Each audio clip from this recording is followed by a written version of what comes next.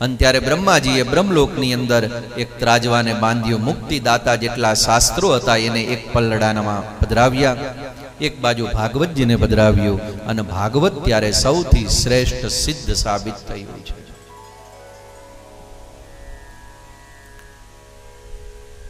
અને ત્યારથી નક્કી થયું કે જેને મુક્તિ જોઈતી હોય, મોક્ષ જોઈતો હોય, એને ભાગવતના શરણે આવવાનું. હવે આમ કહેવામાં આવે એટલે પાછું બી નહીં જતા હો કે ભાગવત સાંભળીએ એટલે વળી આપણે પરીક્ષિત રાજાની જેમ હાથમાં દિવસે આવજો, જય શ્રી કૃષ્ણ બધાને કહી દેવાનું થાય. આમ નથી.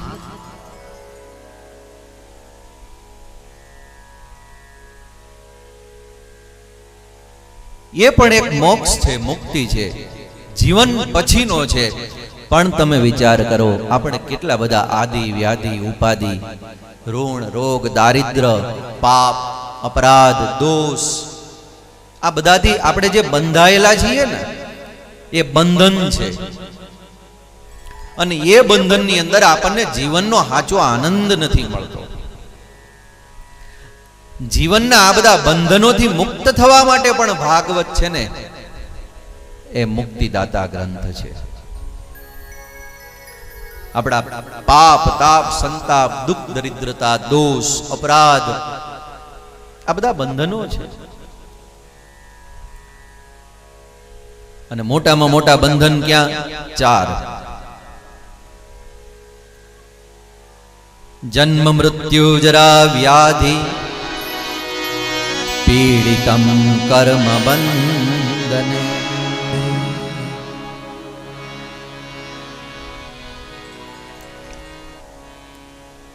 જન્મ મૃત્યુ જરા અને વ્યાધિ આ બંધન છે એક પ્રકારના.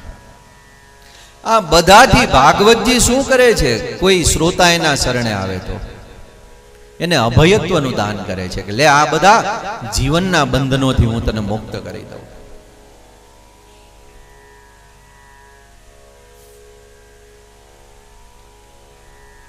તો શ્રીમદ ભાગવત મહાપુરાણ બ્રહ્માજીના મત પ્રમાણે મુક્તિદાતા શાસ્ત્ર છે. આ કથા પૂર્વના સમયની અંદર સનકાદિક ઋષિઓએ નારદજીને શ્રવણ કરાવી. એટલે એનાથી એ બતાવ્યું કે કથા છે ને આદિ અનાદિ છે, ચાલતી જ આવે છે, ચાલતી જ આવે છે યુગો યુગો પ્રમાણે. જેવી રીતે ગંગા કેમ 12 મહિના વહે, જેનું ભાગ્ય જ્યારે જાગે ને ત્યારે ગંગાના કિનારે જાય અને સ્નાન પાન કરે. કોઈ કારતક મહિનામાં જાય, કોઈ ચૈત્ર મહિનામાં જાય, કોઈ ક્યારે જાય. ગંગા તો 24 કલાક વહે છે. એમ કથા ગંગા છે ને એ આદિ અનાદિ છે, યુગોથી ચાલતી આવી છે. ચરે વહેતી ચરે વહેતી.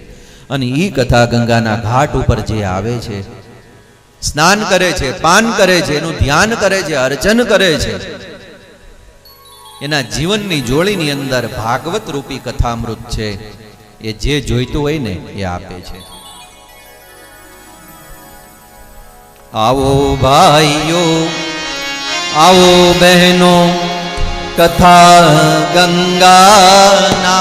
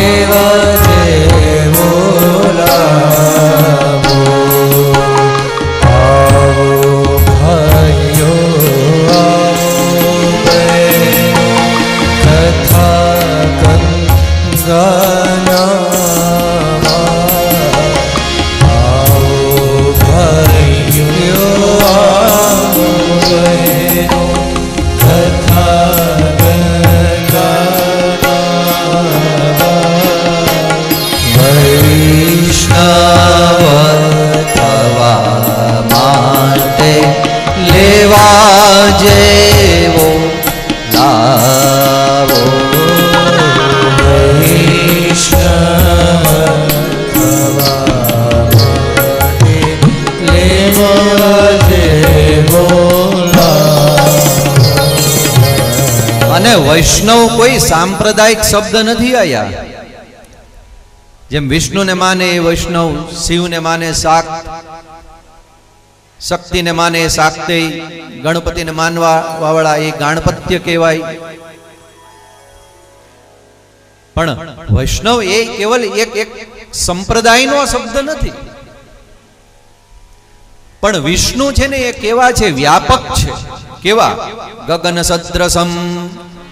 ગગન એટલે આકાશ, આકાશ જેટલા. એ આકાશ જેટલા જે વિશાળ છે એ વિષ્ણુનો અનન્ય આરાધક, સાર્વભૌમ જેને હરિ દેખાય છે એ વૈષ્ણવ. એ વૈષ્ણવ થવા માટે લેવા જેવો લાવો એ કથા ગંગા કરી શકે. અને એટલા માટે યુગે યુગે સતયુગ હોય, ત્રેતા હોય, દ્વાપર હોય કે કલિકાલ હોય, ચારેય યુગની અંદર કથા ગંગા છે ને વહેતી રહે છે, વહેતી રહે છે. જ્યારે જેનું સૌભાગ્ય જાગે કથા ગંગાના ઘાટ સુધી એ પહોંચે છે. અને ક્યારેક ક્યારેક કોઈ યજમાનનું સૌભાગ્ય જાગે ને તો કથા ગંગા ભાગવતના રૂપે એના ઘરે આવે છે. પોથીજી તમારે ત્યાં પધારે, ભાગવતજી પધારે, એનો અર્થ શું છે? કે તમારે ન જવું પડ્યું ગંગા સુધી, કથા ગંગા સુધી, પણ ભાગવતજી સ્વયં તમારા ઉપર કૃપા કરીને તમારા આંગણે પધાર્યા, ઘર સુધી પધાર્યા, આ ઘટ સુધી પધાર્યા. આપણને વૈષ્ણવ બનાવવા માટે, વ્યાપક બનાવવા માટે, સાર્વભૌમત્વનું દાન કરવા માટે. તો પૂર્વના સમયની અંદર પણ આ જ કથા કહેવાયેલી છે જે કહેવાય છે અત્યારે. બદ્રિકાશ્રમની અંદર નારદજીને ઉદાસ જોઈ અને સનત કુમારોએ કારણ પૂછ્યું છે, મહારાજ કેમ ઉદાસ છો તમે? અને ત્યારે નારદજીએ બધી વાત કરી કે પૃથ્વીને ઉત્તમ જાણી અને હું પૃથ્વી લોકની અંદર ગયો, પણ અનેક તીર્થોમાં પરિભ્રમણ કર્યું, મને ક્યાંય આત્મકલ્યાણના સાધનો ન દેખાણા. કારણ કલિયુગના મિત્ર અધર્મએ પૃથ્વીને એટલી બધી દૂષિત કરી છે કે કોઈ જગ્યાએ આત્મકલ્યાણ દેખાતું નથી. અને મહારાજ એ પૃથ્વીવાસીઓના દુઃખના કારણે હું દુઃખી છું, નારદજી કહે છે. વિચરણ કરતા કરતા હું યમુનાજીના તટ ઉપર ગયો તો એક સ્ત્રી વૃદ્ધ થયેલી છે, મૂર્છિત છે. બે પુરુષો એ પણ વૃદ્ધ થયેલા છે અને એની આસપાસ પડેલા છે. અને એ સ્ત્રીએ ત્યારે મને કહ્યું કે મહારાજ એક ક્ષણ માટે ઊભા રહી જાઓ, મારા દુઃખને દૂર કરો. હું ઊભો રહ્યો, મેં બધી વાત સાંભળી. એમણે કહ્યું કે હું ભક્તિ છું, જ્ઞાન વૈરાગ્ય મારા પુત્ર છે. કલિયુગ અને અધર્મના કારણે મહારાજ મારી આ દુર્દશા થઈ છે. ભક્તિના દુઃખને દૂર કરવા માટે, જ્ઞાન વૈરાગ્યને જગાડવા માટે મેં ત્યારે વેદ ઘોષ કર્યો. જ્ઞાન વૈરાગ્ય જાગ્યા પણ વળી પાછા મૂર્છિત થઈ ગયા. ઘણા બધા પ્રયત્ન કર્યા, જ્ઞાન વૈરાગ્ય ન જાગ્યા, ભક્તિ મહારાણીને સુખ ન મળ્યું. ત્યારે મને એમ થયું કે હવે હું શું કરું? ત્યારે આકાશવાણી થઈ કે નારદજી ચિંતા ન કરો, સત્કર્મ કરો, ભક્તિ જ્ઞાન વૈરાગ્ય એમનાથી જાગૃત થશે. સત્કર્મ શું છે એ જાણવા માટે અનેક ઋષિઓના આશ્રમની અંદર ગયો, કોઈ બતાવી ન શક્યું. અને ત્યારે બદ્રિકાશ્રમની અંદર તપ કરવા માટે આવ્યો છું. તો હે સનત કુમારો, હવે તમે જ બતાવો કે આકાશવાણીએ જે સત્કર્મ કરવા માટે કહ્યું છે એ સત્કર્મ શું છે? ત્યારે સનત કુમારો કહે છે, દ્રવ્ય યજ્ઞ, તપોસી યજ્ઞ, યોગ યજ્ઞાસ તથા પરે, સ્વાધ્યાય જ્ઞાન યજ્ઞાશ્ચ તે તો કર્મ વિસૂચકાહ. દ્રવ્ય યજ્ઞ, જ્ઞાન યજ્ઞ, કર્મ યજ્ઞ, સ્વાધ્યાય આ બધા સત્કર્મના સૂચક છે, પર્યાયવાચી શબ્દો છે. નારદજી આમાંનું ગમે તે કરી શકાય સત્કર્મના રૂપે. પણ બુદ્ધિમાનોનો એવો નિર્ણય છે કે કલિકાલની અંદર સત્કર્મ કરવાની જ્યારે વાત આવે તો શું કરવું? શ્રીમદ ભાગવત મહાપુરાણ જ્ઞાન યજ્ઞ છે ને એ કરવું. ત્યારે નારદજીએ કહ્યું, તો મહારાજ આ કથા કોણ અમને સંભળાવશે? સનત કુમારો કહે છે કે જો કોઈ વક્તા મળે ને તો અમે શ્રોતા બની અને કથા સાંભળવા માટે બેસી જઈએ છીએ, અને કોઈ શ્રોતા મળે તો અમે કથા કરવા માટે બેસી જઈએ છીએ. ભગવાનની કથાની અંદર અમને એટલો બધો ભાવ પ્રેમ અનુરાગ છે કે અમે ભગવાનની કથાની સાથે નિત્ય જોડાયેલા રહેવા માંગીએ છીએ મહારાજ. જો તમે યજમાન બનો ને તો કથા અમે કરી દઈએ. હા મહારાજ, તો આપ કરી આપો, પણ આ કથા ક્યાં કરીશું? કહ્યું, હરિદ્વાર ગંગાના તટ ઉપર આનંદ નામના વૃક્ષની નીચે હે નારદજી, જો આ કથા આપણે કરીએ ને તો ભક્તિ, જ્ઞાન અને વૈરાગ્ય અને સુખ પ્રાપ્ત થશે.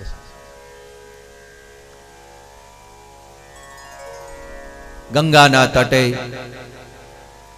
નારદજી, સનતકુમારો બધા આવે છે અને ચારેય તરફ સમાચાર આપવામાં આવ્યા કે શ્રીમદ ભાગવત કથા અહીં થવાની છે. તો શું થયું? શ્રોતાઓના કાનની અંદર જે સમાચારના શબ્દો ગયા ને કે કથા થવાની છે, એટલે આવવા લાગ્યા. કારણ ભગવાનની કથાની અંદર જેને અનન્ય ભાવ પ્રેમ છે ને, એ ચારેય તરફ જોતો હોય કે ક્યાંક કથા થાય છે. કથા થાય એટલે ત્યાં પહોંચી જ જાય. અને બીજી વાત કે ભગવાનની કથા થતી હોય, માતા પિતાનું ઘર હોય, દેવ સ્થાન હોય અને ગુરુનો આશ્રમ હોય, ત્યાં કોઈ આમંત્રણની જરૂર છે પણ નહીં. ત્યાં આમંત્રણ આપણું આત્મકલ્યાણ કરવું હોય આપણે, તો એમાં ક્યાં આમંત્રણની જરૂર પડે? એટલે સાચો શ્રોતા કયો છે? અહીં ભાગવતમાં લખેલું છે કે જે સાંભળે કે અહીં કથા થવાની છે અને આત્મકલ્યાણ કરવા માટે જે પહોંચી જાય, એ ભાગવતનો ઉત્તમ શ્રોતા છે. ગંગાના તટે જ્યારે કથા થવાની છે તો કેવા શ્રોતાઓ આવ્યા? શ્રીમદ ભાગવત પીયુષ પાનાય રસલમ પટા દાવંતોપ્યાયુયઃ સર્વે પ્રથમં ચયે વૈષ્ણવા. કેમ આવ્યા છે? દોડીને આવ્યા છે. એવું અહીં લખેલું છે. ધાવંતોપ્યાયુયઃ સર્વે, જેને આત્મકલ્યાણ કરવું છે ને દોડી દોડીને આવવા લાગ્યા કે નારદજી જેવા યજમાન હોય, સનકાદિક શ્રોતાઓ જેવા વક્તા હોય તો કથા છે ને કંઈક વિશેષ થશે. અને માટે ચાલો આપણે જઈએ. કેમ દોડ્યા? એનું એક કારણ એ છે, વિચાર કર્યું કે આવા શ્રોતાને આવા વક્તા કથા કરવાના હોય તો દેશ દેશાંતરથી અનેક શ્રોતાઓ આવશે અને ખરેખરી ભીડ થશે. અને ભીડ થશે ત્યારે પછી પાછળ આપણે બેસવું પડશે, તો કથાનો જોઈ એવો આનંદ નહીં આવે. આગળ બેસવું છે અમારે, અગ્ર. અને એટલા માટે એ દોડી દોડીને આવવા લાગ્યા. કારણ કે અમારે તો ભાગવતજીના અગ્રભાગની અંદર બિરાજમાન થઈને કથા સાંભળવી છે. આ હું બતાવે છે? શ્રોતાના હૃદયની અંદર ભગવાનની કથાને સાંભળવાનો ઉત્સાહ.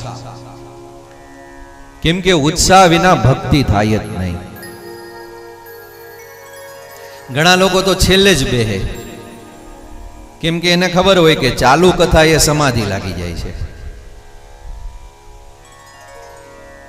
એટલે એ કે આપણે પાછળ બેઠા હોય તો બહુ આમ વિડીયોમાં આવીએ નહીં, આજુબાજુ કોઈના ધ્યાનમાં આવીએ નહીં.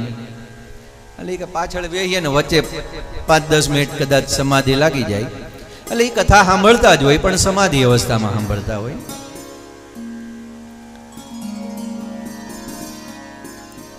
ભલે ને ગમે એમ સાંભળે, કથાના મંડપની અંદર આવે ને એમ કહે છે કે ભાગવતજીની દ્રષ્ટિ શ્રોતા ઉપર પડે ને તોય કલ્યાણ થઈ જાય.